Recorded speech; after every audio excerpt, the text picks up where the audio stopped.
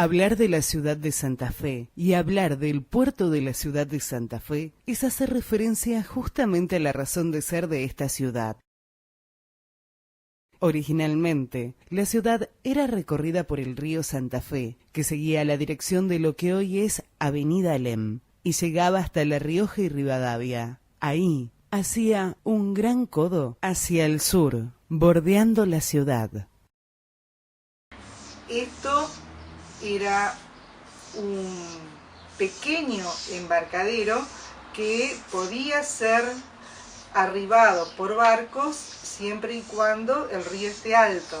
Por eso es que las principales funciones del puerto se van a cumplir en esta etapa en lo que se conoce como puerto de Colastiné. Entonces, la ciudad de Santa Fe en ese momento dependía toda su vida del puerto, pero llega un momento que le queda tan chico que toda la sociedad empieza a ambicionar un nuevo puerto, y ese nuevo puerto se va a dar. En 1903, el Congreso de la Nación aprueba la ley de creación del puerto de Santa Fe de ultramar. Hacia 1905 se inician las obras de construcción del puerto de Santa Fe en base a un enorme esfuerzo financiero del Estado Nacional y del Estado Provincial, y con el trabajo duro de miles de obreros, con escasa maquinaria y en muy pocos años.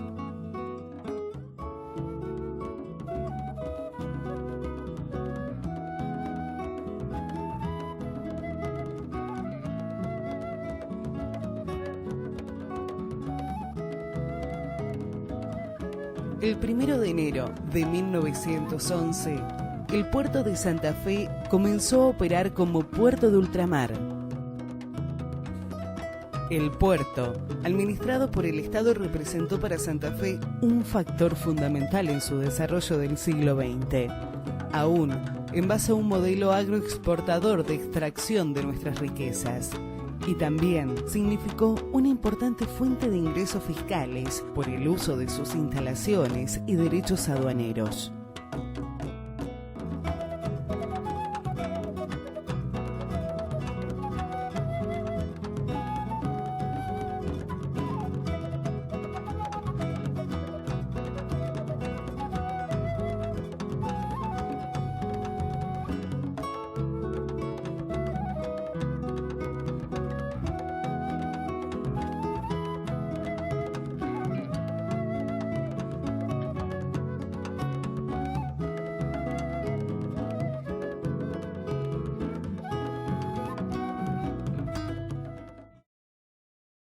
Durante la dictadura cívico-militar de los años 70 se comenzó con la instalación de los primeros puertos cerealeros privados sobre el río Paraná, lo cual representó una competencia gravosa para el puerto de Santa Fe. Esta política fue continuada por el menemismo, que en 1992 dictó una nueva ley de puertos, con lo cual la costa del río Paraná, cerca de Rosario, se pobló de puertos privados de todo tipo. Al mismo tiempo y con el complemento de una ley provincial de Reutemann en 1993, el puerto de Santa Fe se provincializó y su administración se entregó a manos privadas en 1994, al crearse el ente administrador Puerto Santa Fe. Esto no significa que sus propiedades fueron privatizadas, de modo que el puerto sigue siendo parte del patrimonio público de los santafesinos. El ente es una entidad con mayoría de miembros designados por cámaras empresarias y un supuesto representante de los trabajadores. El gobierno provincial participa designando un presidente, de hecho, con el acuerdo de cámaras empresarias. También existe un representante municipal. El actual presidente pertenece al corazón de los negocios inmobiliarios de Santa Fe. Los gremios marítimos portuarios venimos en el último tiempo, en los últimos años, llevando a cabo una batalla contra la administración del ente de Santa Fe, ya que no se nos reconoce la posibilidad de tener un representante nuestro dentro del ente de administración. ¿Quién está de representante? Alguien puesto por Pedraza, por la Unión Ferroviaria. Cosa o hecho ante el cual nos negamos y repudiamos enérgicamente, ya que por una cuestión de sentido común, este compañero, siendo de la Unión Ferroviaria, no conoce la temática marítima portuaria, no puede participar porque no tiene con los conocimientos técnicos marítimos necesarios, y en segundo lugar, porque, y en esto sí se agrava la cosa, se están violando derechos de nuestros trabajadores, ya que hay malos encuadramientos, está mal encuadrada la gente y no se aplican los convenios que se tendrían que aplicar. Durante los años 90, el puerto de Santa Fe comenzó a declinar sus operaciones, paralizándose prácticamente hacia el año 2004. A los problemas de falta de mantenimiento y dragado se suma la competencia de los puertos privados y la inacción del ente. Nosotros teníamos una cooperativa que era integrada por 100 y pico personas, ¿no? Con números, éramos. Sí. Y teníamos la descarga de camiones. Digamos que por turno éramos 6 personas, con un capataz. Por mano, digamos. Se trabajaba así. Y después descarga de vagones teníamos también. Había mucho trabajo. Yo le estaba diciendo a la chica, le dije que vos, que sos más viejo, que en el año 66 hubo 30 barcos acá. Sí, 30 y pico de barcos. 30 y algo de barcos. Ahí que eran barcos chicos y todo eso, como le dije, mucho calado, pero de poco tonelaje. Vamos a decir, el ente o no sé quién ahora está manejando el puerto, si la provincia, la municipalidad, quién la maneja, prácticamente no invierte una moneda en el puerto. Se rompió. Listo. Podés trabajar, y si no, trabajarlo a pulmones, empujarlo, como se hacía antes a Barreta. Y usted lo llevaba a 4 o 5 cuadras a Barreta nomás. Nosotros estamos analizando lo que es intercambio. Realmente hoy en día no le damos a la gente del puerto, porque es poca gente la que trabaja y poco el trabajo que hay. Una sola persona, 2 personas, 10 personas no hacen. No pueden ni a protestar, no están pagando mal. No tienen fuerza para nada hoy en día. Ya hace 50 años que este puerto fue rentable. ¿Cómo no lo siguieron manteniendo para que sea rentable? Este puerto es un eje principal de la ciudad. Acá cuando venían los barcos, qué sé yo, bajaba la tripulación y dejaba dólares acá. Y trabajaban todos los comercios. Usted iba de noche, si había 4 o 5 barcos acá, usted lo veía todo en el centro comprando y todo. Sí, la verdad. Acá la gente gastaba más porque sabía que el otro día trabajaba y venía y vivía bien usted. Comía todos los días. Después cuando se fue cayendo esto, comía, no sé si salteado.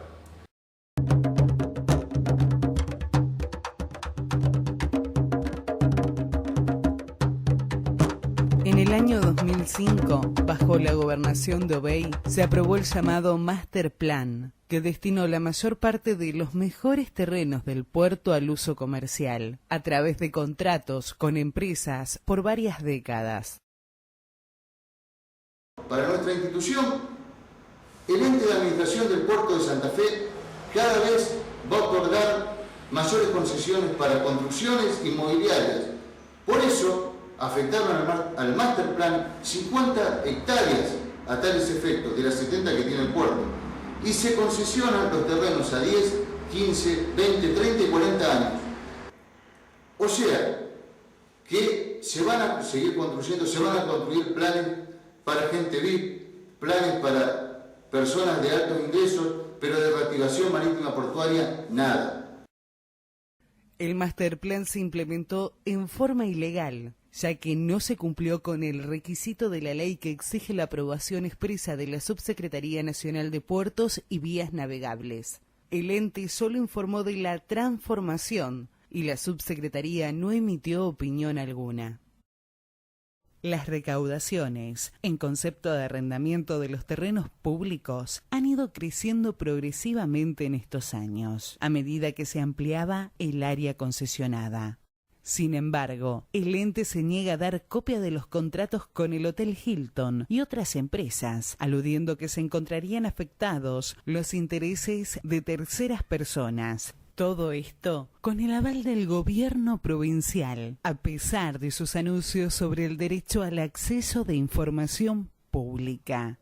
Los contratos secretos establecen que ante un posible desacuerdo entre el ente y el locatario respecto a la actualización del canon, la decisión final e inapelable compete al Tribunal Arbitral de la Bolsa de Comercio de Santa Fe.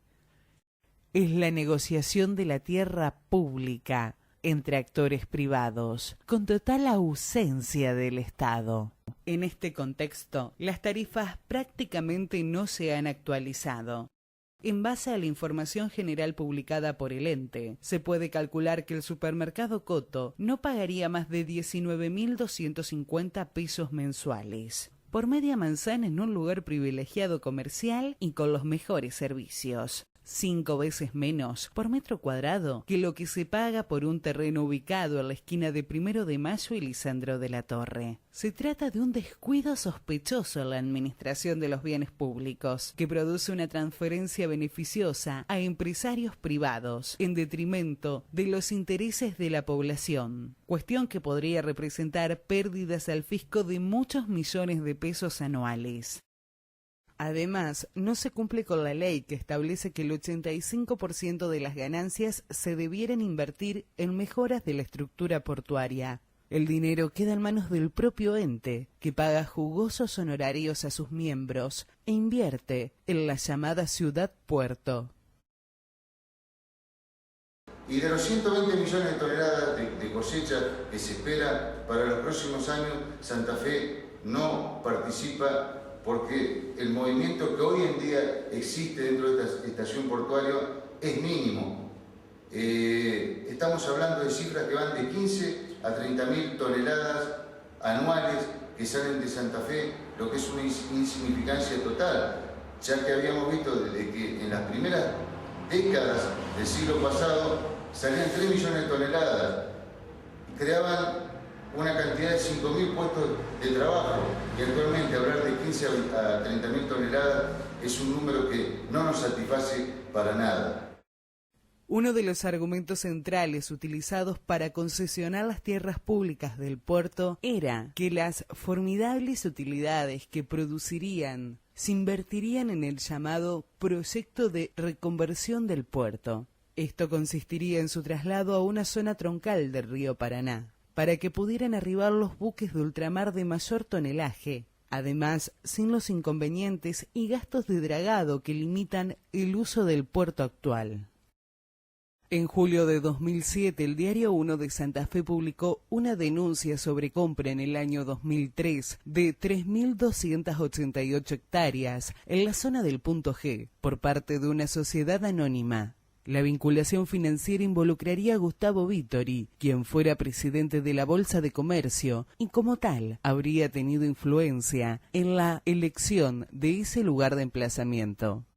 A pocas semanas de la denuncia se realizaron múltiples declaraciones de diputados. El entonces diputado Antonio Bonfatti puso en duda el lugar de emplazamiento y encabezó un pedido de informes al gobernador. El diputado Jorge Cura se preguntó qué fundamentos esgrimió la consultora para optar por las tierras ubicadas en la denominada posición sur, y en su caso, ¿por qué se desecharon los otros puntos posibles de reubicación? Por estas y otras expresiones, se puede suponer que muchos diputados desconocían que la elección del lugar fue realizada por el propio ente portuario. A pocos días de desatado el escándalo, en agosto del 2007, el gobernador Obey presentó un proyecto de ley para la expropiación de las tierras a precios históricos. Aunque para el puerto y sus accesos no se requería más de 50 hectáreas, el proyecto de ley proponía unas 24.000 hectáreas, que incluían un parque industrial, un complejo turístico y una reserva ecológica. La ley se aprobó en 2008, durante la gobernación de Wiener, pero hasta el presente el Ejecutivo no la concretó. Las declaraciones pidiendo que se investigue un posible hecho de corrupción no se transformaron en ninguna actuación judicial. En cambio, a fines de 2007, el principal sospechado por estas maniobras, Gustavo Vittori, inició una querella por injurias contra Pilo Monzón, el director de redacción del Diario Uno, quien realizara las denuncias. En las actuaciones del juicio y por dichos de los propios testigos que propusiera Vittori, se ponen de manifiesto dos hechos significativos. Nahuel Caputo admite haber comprado terrenos en la zona, pero afirma que se realizó las operaciones en 2007, cuando ya era público el lugar de emplazamiento del puerto. Carlos Raúl Galán, presidente de la Unión Industrial, que integra el ente portuario, ratifica que en 2006, cuando se decidió el lugar de emplazamiento del nuevo puerto, había una polémica entre el organismo y los expertos de la UNL. Mientras el ente impulsaba el punto PG, los investigadores de la Facultad de Ciencias Hídricas insistían en el lugar cercano al túnel subfluvial. En el año 2011, Gustavo Vittori pierde la querella contra Pilo Monzón. El juez Orlando Pascua, en su resolución, desestima la imputación realizada y declara que el tema investigado y denunciado es de interés público.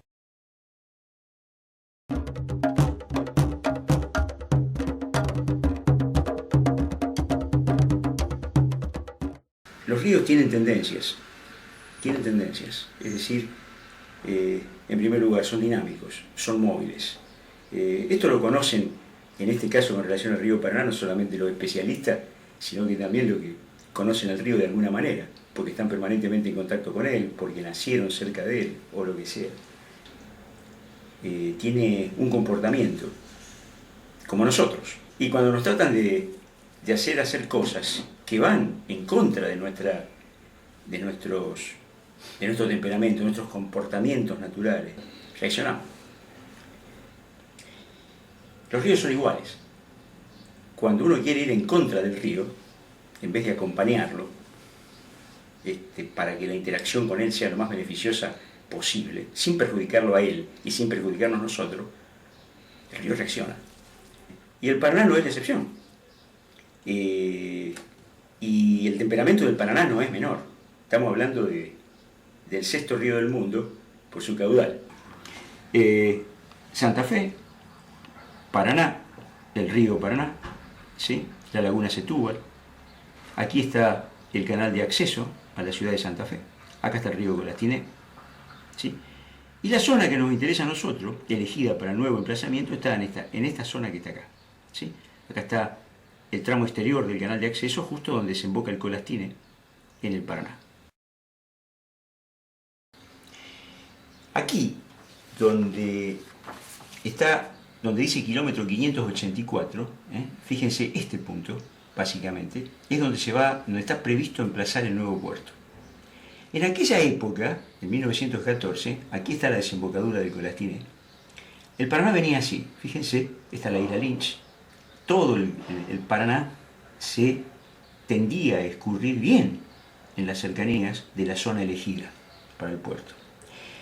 Aquí, si se puede apreciar, aparecen dos entradas que no están dibujadas en este mapa histórico, pero que indicarían la presencia de un riacho muy pequeño que escurría por encima de la isla Lynch. En la imagen o en el mapa de 1928 aparece el sitio que nos interesa, y el Paraná sigue escurriendo por aquí. Acá se bifurca en dos brazos. Esta es la isla Tragadero. Y acá este pequeño riacho que estaba aquí, ahora se jerarquizó. La cuestión es que, por la propia dinámica del río, vamos a plantearlo así, en 1928 ya este pequeño riacho que aquí apenas aparecía, se empezó a jerarquizar. El riacho Barroso. La isla Lynch, que era toda esta, se parte, como si se partiera en dos pedazos. Fíjense la situación en 1944. La jerarquización del riacho Barroso continúa, se hace cada vez más grande. ¿Ven? Aquí está la isla Lynch, este pedazo de abajo ya aparece en el 1944 como Isla de la Paciencia, ¿sí? La isla Tragadero, la zona de emplazamiento del puerto. Esto se angostó, fíjense cómo se angostó con el transcurso del tiempo, 1962, ¿sí? Y ya el Paraná empezó con la mayor parte de sus caudales a escurrir por acá. Continuó el abandono de esta zona por donde escurría a principios de siglo, ya en el 62. Esta es la tendencia del río. En esta fotografía más reciente, es alrededor del año 2000. Fíjense, aquí está el Barroso, lo que es esto, ¿sí? El Paraná ya tampoco escurre más por aquí, ¿sí? Esto que ustedes ven acá, esta bifurcación, acá está la isla Tragadero, acá está el río Paraná Viejo, es una bifurcación que se da en esta zona. Aquí es la zona de emplazamiento del nuevo puerto, aquí está el kilómetro 584, ¿sí? Esta zona interesa porque es uno de los accesos, sería uno de los accesos al puerto, al nuevo puerto de Santa Fe. La explicación del funcionamiento de esto, ¿sí? También está en la fuente bibliográfica de donde extrajimos todo esto, ¿sí? Eso lo hubiera tenido que decir al principio, pero de cualquier modo, esto está ya publicado en este libro, El río Paraná en su tramo medio, publicado en el año 2000 por la universidad, en donde se resumen 30 años de trabajo de los especialistas de la FICH sobre el río Paraná en todos sus aspectos, fundamentalmente hidrológicos, hidráulicos y sedimentológicos, y geomorfológicos también. Es un libro, todo este material que estoy mostrando aparece en este libro. Aquí también se explica, aparece esto y la explicación del funcionamiento de este paso. La tendencia del río Paraná es a no escurrir por esta zona, sino por acá, por lo que era el antiguo Riacho Barroso. Angostar esta zona, depositar acá uno de los accesos al nuevo puerto. Este brazo que está aquí, al abandonar el río, el escurrimiento, el grueso de su escurrimiento por esta zona también tiende a tener poca profundidad. O sea que este es sería el otro acceso al puerto, que sería también necesario dragar, tanto este como este. Esta zona, adicionalmente, es de un ancho tal que obstaculizaría, de alguna manera, la adecuada maniobra de los grandes buques que eventualmente lleguen aquí. Es decir, desde mi punto de vista, hay toda una serie de cuestiones objetivas y que tienen que ver básicamente con el comportamiento del río, que hacen que no sea aconsejable este punto para el desplazamiento del puerto. Aquí está el canal de acceso al puerto de Santa Fe, al puerto actual. Y bueno, aquí está esta sería la ruta 168. Habría que construir accesos al puerto que están aquí. El puerto estaría en esta zona que está acá. Es decir, todo esto que está acá es planicie aluvial del Paraná, lo que nuestros lugareños llaman la isla. En una palabra, si hay que construir estos accesos al puerto, caminos para poder acceder al puerto, hay que atravesar todo esto, ¿sí? Toda esta zona de isla que está acá, lo cual implica un impacto ambiental no menor. Se trata de una autovía y una vía férrea que se deberían emplazar sobre la zona de islas. Cuando crece el río Paraná, y esto es un fenómeno periódico, toda la zona se inunda y hay que darle salida al agua, porque en caso contrario, arrastra todo lo que encuentra a su paso. Ya existe experiencia al respecto por lo que pasó con la ruta 168 y el puente colgante, de modo que el problema no se resuelve simplemente levantando terraplenes, sino que se deben construir varios puentes y con suficiente ancho que permitan el escurrimiento de esos enormes caudales. Esto determina que se deban realizar enormes inversiones para construir el puerto en el punto PG. Por todas estas razones, los especialistas de la UNL que asesoraron al ente portuario aconsejaron en su momento emplazar el puerto cerealero en un lugar cercano al túnel subfluvial. además de la ventaja económica de tener ya construida la mayor parte de los accesos a través de la propia ruta 168, el río Paraná en esa zona presenta condiciones ideales. La tendencia natural del río lo lleva a recostarse sobre la costa santafesina en esa zona, de modo que el río tiene ahí un calado profundo y de gran amplitud, lo cual facilitaría el tránsito y maniobras de grandes barcos, con mínimas necesidades de dragado, cuestión esta que además reduciría enormemente los costos de mantenimiento. En abril de 2012, ambas cámaras legislativas aprobaron por unanimidad endeudar al Estado provincial en $25 millones, a lo cual la provincia deberá sumar unos $15 millones para la construcción del nuevo puerto en el punto G. En la resolución se exime de la obligación de devolución de ese préstamo al ente administrador del puerto Santa Fe, cargándose dicha deuda sobre las espaldas del pueblo santafesino. Con los $40 millones, supuestamente, se podría construir la infraestructura portuaria básica, una playa de maniobras sobrelevada de 16 hectáreas y los accesos vial y ferroviario. Faltarían $13,5 millones que tendría que aportar el Estado Nacional para un puente que conecte la isla con la avenida Circunvalación y además $120 millones que aportarían las empresas privadas para construir la estructura operativa del puerto. Se dice que ya existe el compromiso de esas empresas de realizar las inversiones y que lo deberán manifestar por escrito en la presentación a licitación. Tampoco se cuenta con la decisión del Estado Nacional de financiar el puente, por lo cual lo único que estaría asegurado es el desarrollo de las obras civiles, que por supuesto es la parte que le interesa a las empresas inmobiliarias contratistas.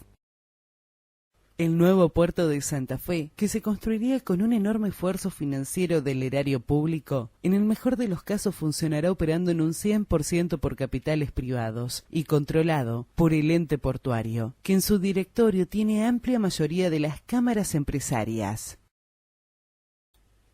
Quizás queden pendientes algunas preguntas. Por razones de defensa y uso del patrimonio público, ¿no habrá que analizar los contratos del ente con las empresas concesionarias? ¿No habrá llegado la hora de investigar el destino de las recaudaciones y de orientarla de acuerdo a la ley y al interés social? Por razones operativas y de costo de construcción, ¿no será posible volver a abrir el debate sobre el tema del emplazamiento? Por razones de interés público, ¿no será posible y conveniente que sea el propio Estado provincial y no las empresas privadas quien se haga cargo de la construcción y gestión del nuevo puerto? ¿No habrá que encarar un debate sobre la posibilidad de derogar la ley de puertos del menemismo para que el Estado, como representante del pueblo soberano, recupere el manejo de los puertos?